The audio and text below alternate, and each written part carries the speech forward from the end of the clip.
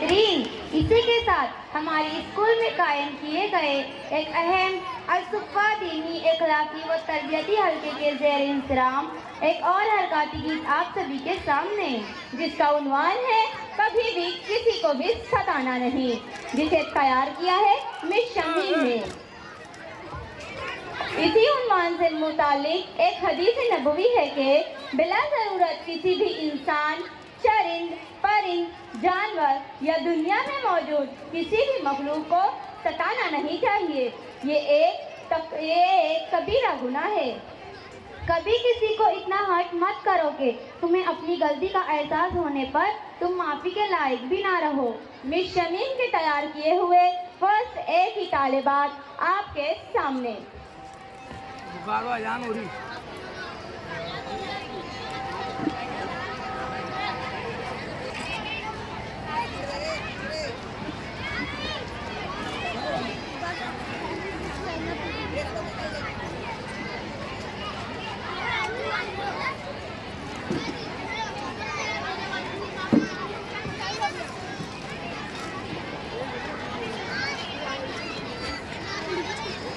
लगाना